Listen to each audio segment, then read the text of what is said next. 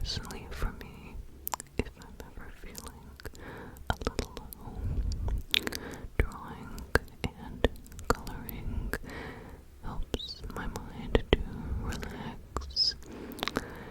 Though we all have different ways of coping and relaxing our minds and our bodies. For example, some of us may want to go out for a jog. Others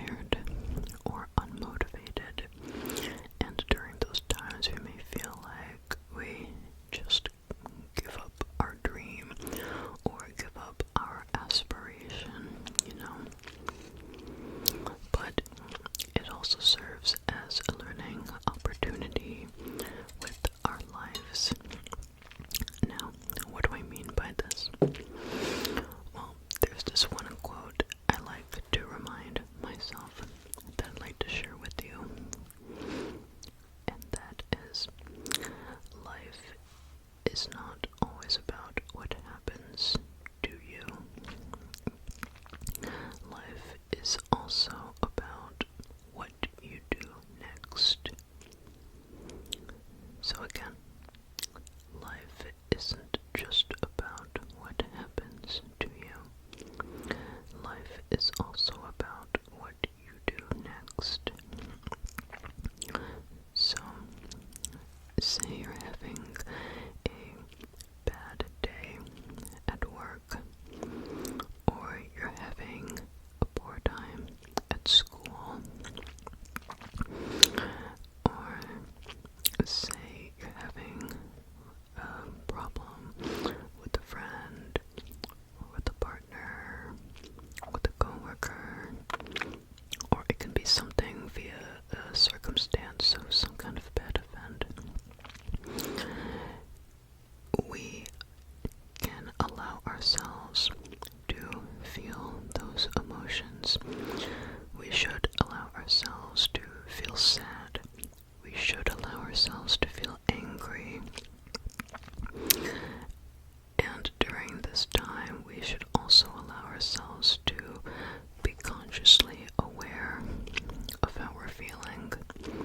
So instead of shutting off and denying our feelings, it's important to acknowledge them. Because many times when we have a stressful event, our brains and bodies may have a tendency to respond to that.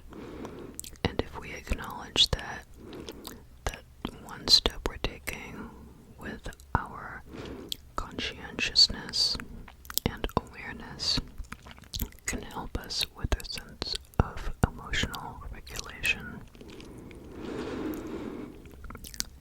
And through that can help in the long term. And when we continue to acknowledge our feelings, whether to somebody we trust, or even just to ourselves, that can help us to take an additional step with emotional regulation. This can come with a combination of knowledge, education, and experiences. So, for example, when I mean knowledge, it includes understanding the relationship between environment and individual, physically and mentally. If there is a stressful event going on in our environment, or an interpersonal stressor between you and another person, our brains have a system that sends a message to us to acknowledge that something is going on and we are currently feeling stressed out or anxious. 3 portions of the brain I would like to acknowledge during this time include the hippocampus, which is responsible for memory. We've got the amygdala, which is responsible for heart rate and emotions. And we've got the prefrontal cortex at the front, which is known for decision making, especially logic. Now, if we are having a stressful event, the amygdala is going to be activated, and depending on each of us and our experiences, we may feel a slight change in our heart rate, or we may feel a large change in our heart rate, or we may feel a change in temperature within our bodies as well, if we're stressed out, or if we're feeling vulnerable about something. Those are a couple of things to acknowledge and remember. And say you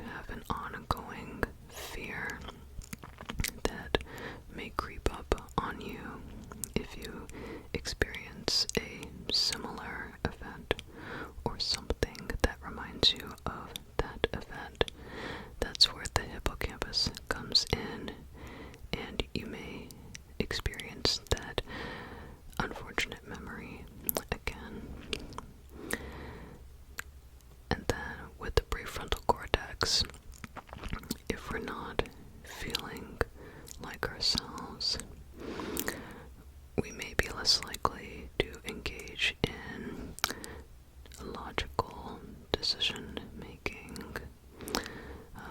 I know I've had this experience many times in my life where I feel very sad or stressed out about something, and I decide to make some kind of decision. Not a drastic one, but for example, I may make a decision not to attend an event that I originally planned to go to because I may be feeling bad and I don't want to project any negative energy to anybody else. But then later on, when I start to feel better and take some time for myself, I may start to wonder and think, why did I feel bad in the first place? If I had gone to that event, I would probably feel better faster, especially through that sense of connection.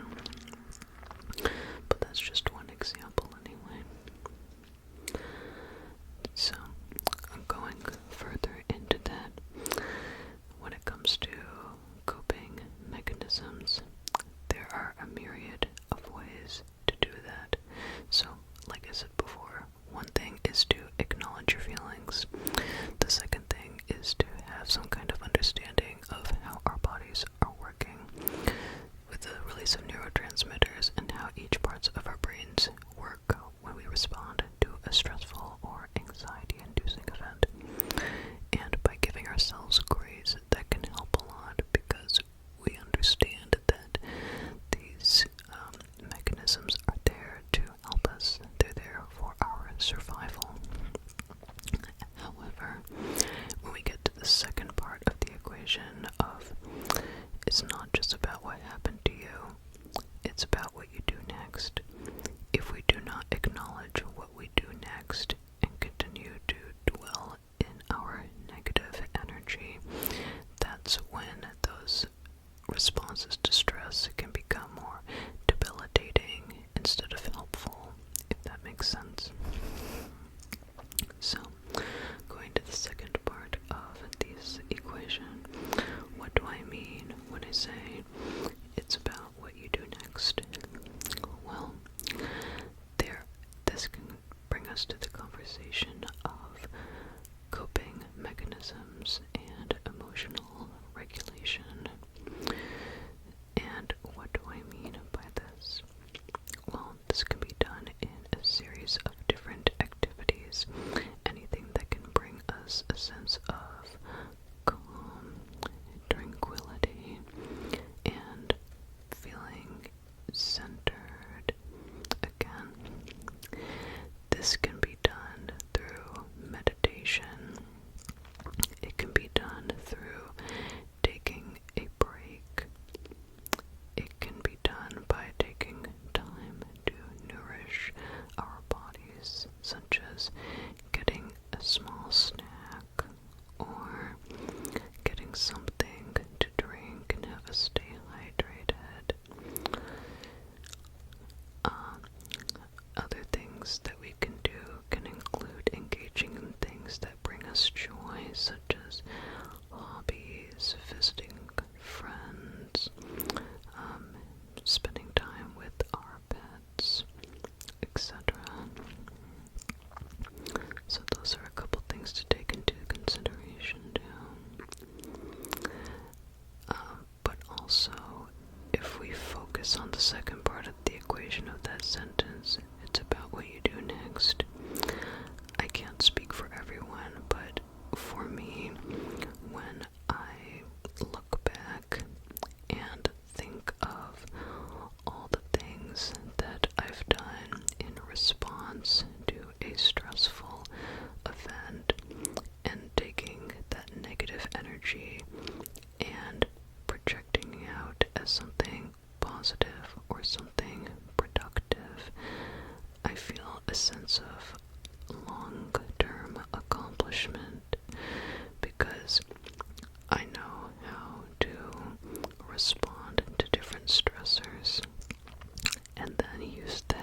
as a learning opportunity in hope that perhaps it could help others if they ever need some kind of advice.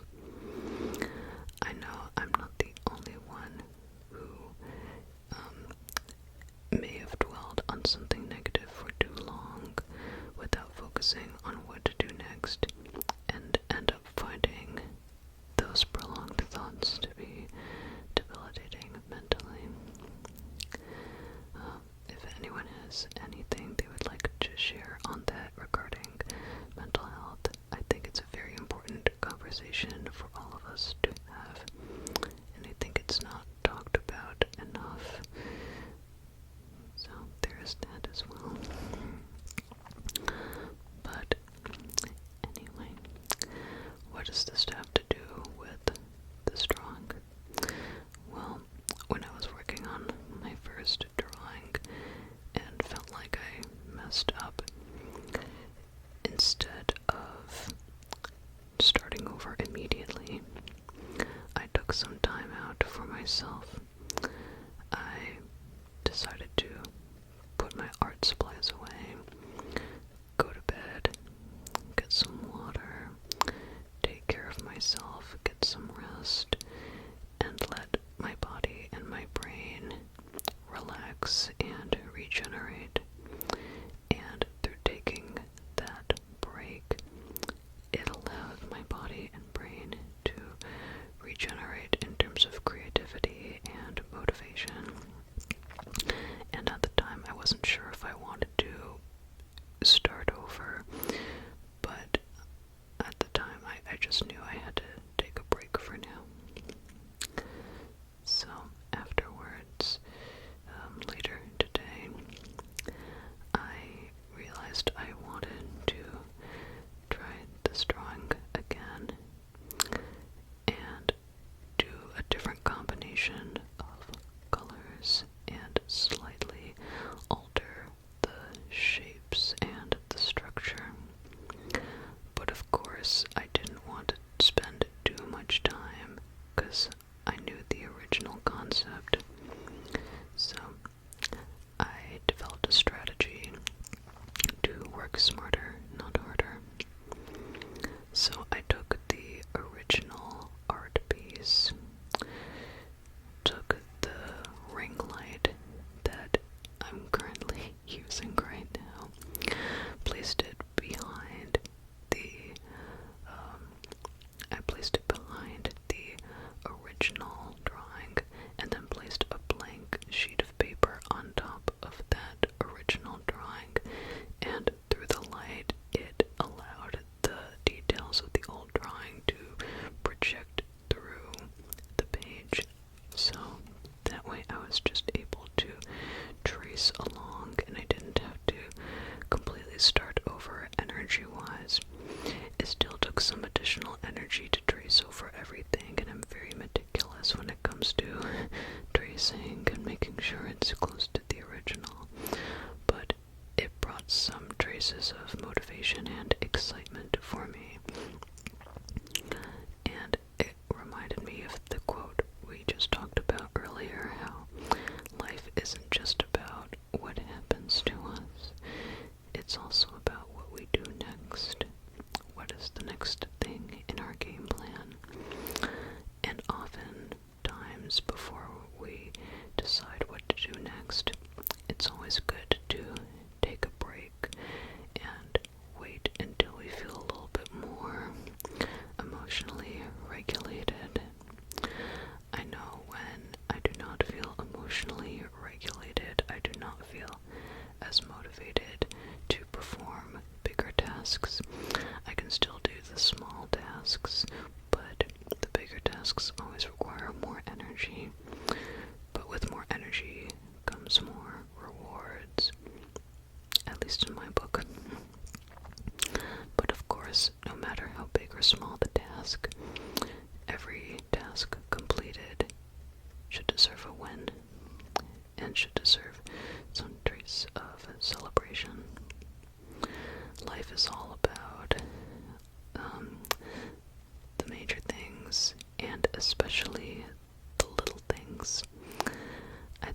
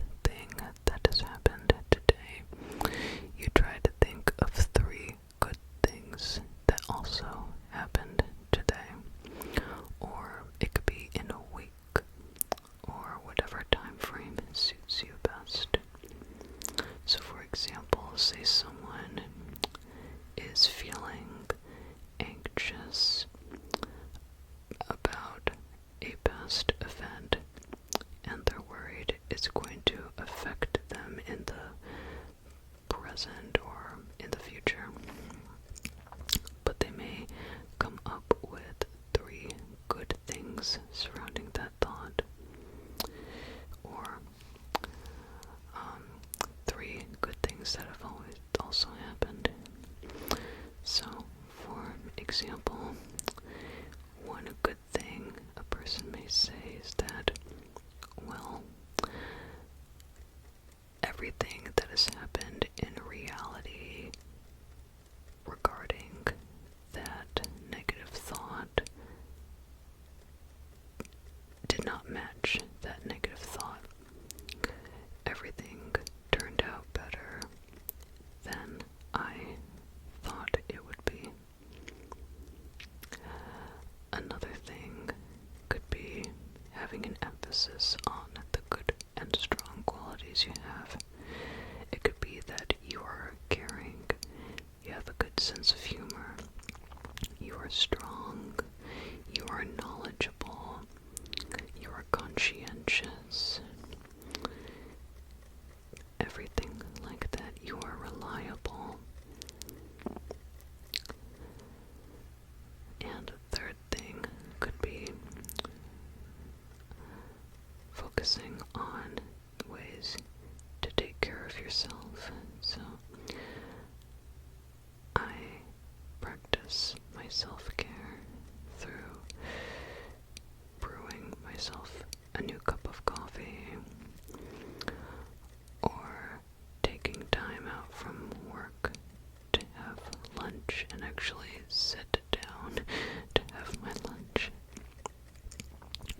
Or I have peers who care about me as much as I care about them, and we have that sense of reciprocal energy.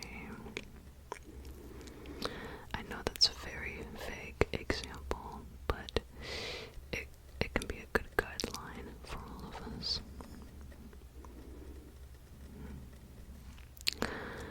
This style is actually quite interesting. I originally meant to have all of this shaded in, but I kind of like the grainy and loopy penmanship I'm adding here. It's quite intriguing.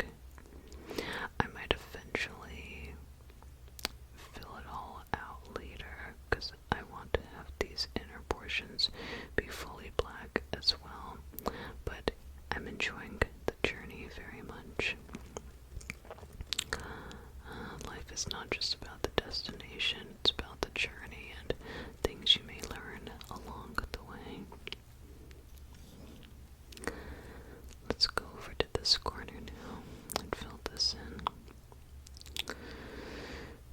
Yeah, so when it comes to anything regarding stress or anxiety and emotional regulation, there are many things we can do.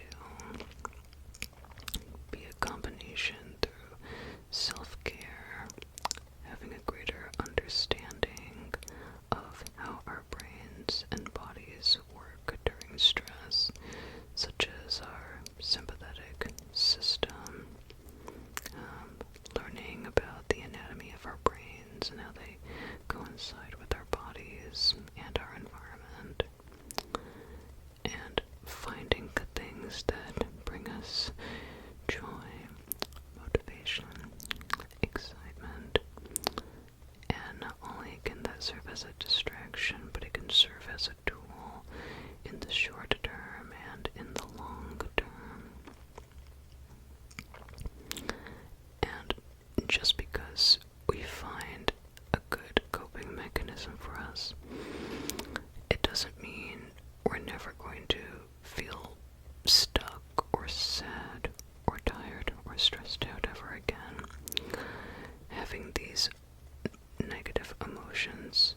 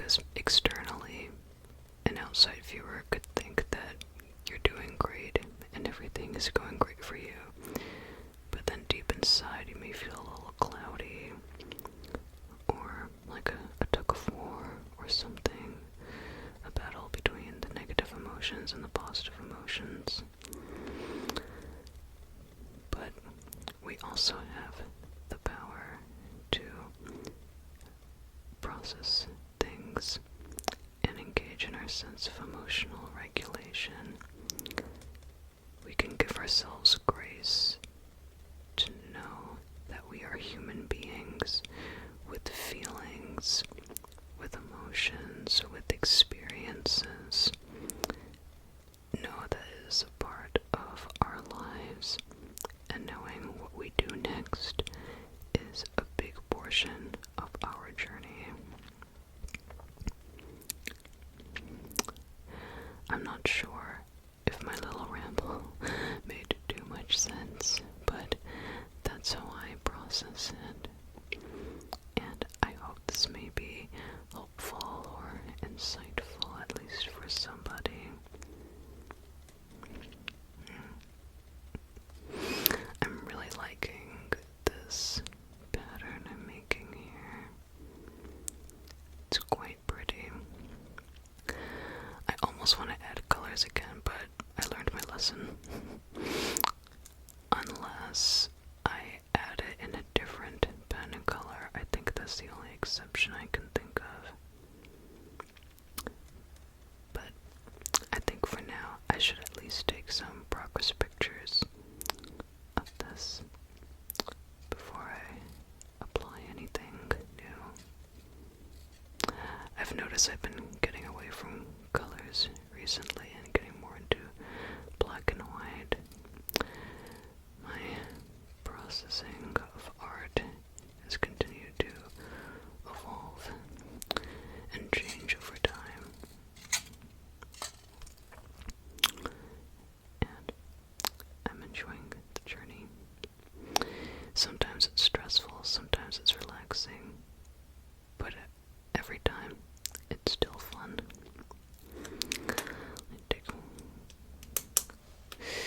Take time to tap on this bismuth crystal some more.